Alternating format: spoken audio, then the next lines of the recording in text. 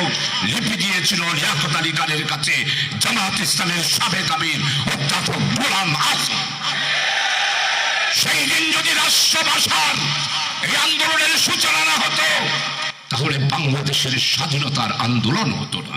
আমার শ্রমিক বন্ধুরা, আজকে পয়লা মে বাংলাদেশের স্বাধীনতার বীজ বপন করেছিলেন 1948 সালে তৎকালীন পাকিস্তান আমলে ঢাকা বিশ্ববিদ্যালয়ে আমাদের ভাষা নিয়ে যখন ষড়যন্ত্র হচ্ছিল, সেই দিন পাকিস্তানের গভর্নর লিয়াকত আলী খানের সামনে ঢাকা বিশ্ববিদ্যালয়ে ছাত্ররা যখন রাষ্ট্রভাষা নিয়ে তৎকালীন তামুদ্দুনে মজলিস ভাষা আন্দোলনের জন্য প্রস্তুত নিচ্ছিল, সেই দিন একটি তরুণ ঢাকা বিশ্ববিদ্যালয়ের সমাবর্ত অনুষ্ঠানে একটি তরুণ লিয়াকত আলী খানের সামনে গর্জে উঠে রাষ্ট্রভাষা বাংলা চাই এই কথা বলেই স্মারক লিপি দিয়েছিল লিয়াকত আলী খানের কাছে জামাত ইসলামের সাবেক আমির অধ্যাপক গোলাম আযম।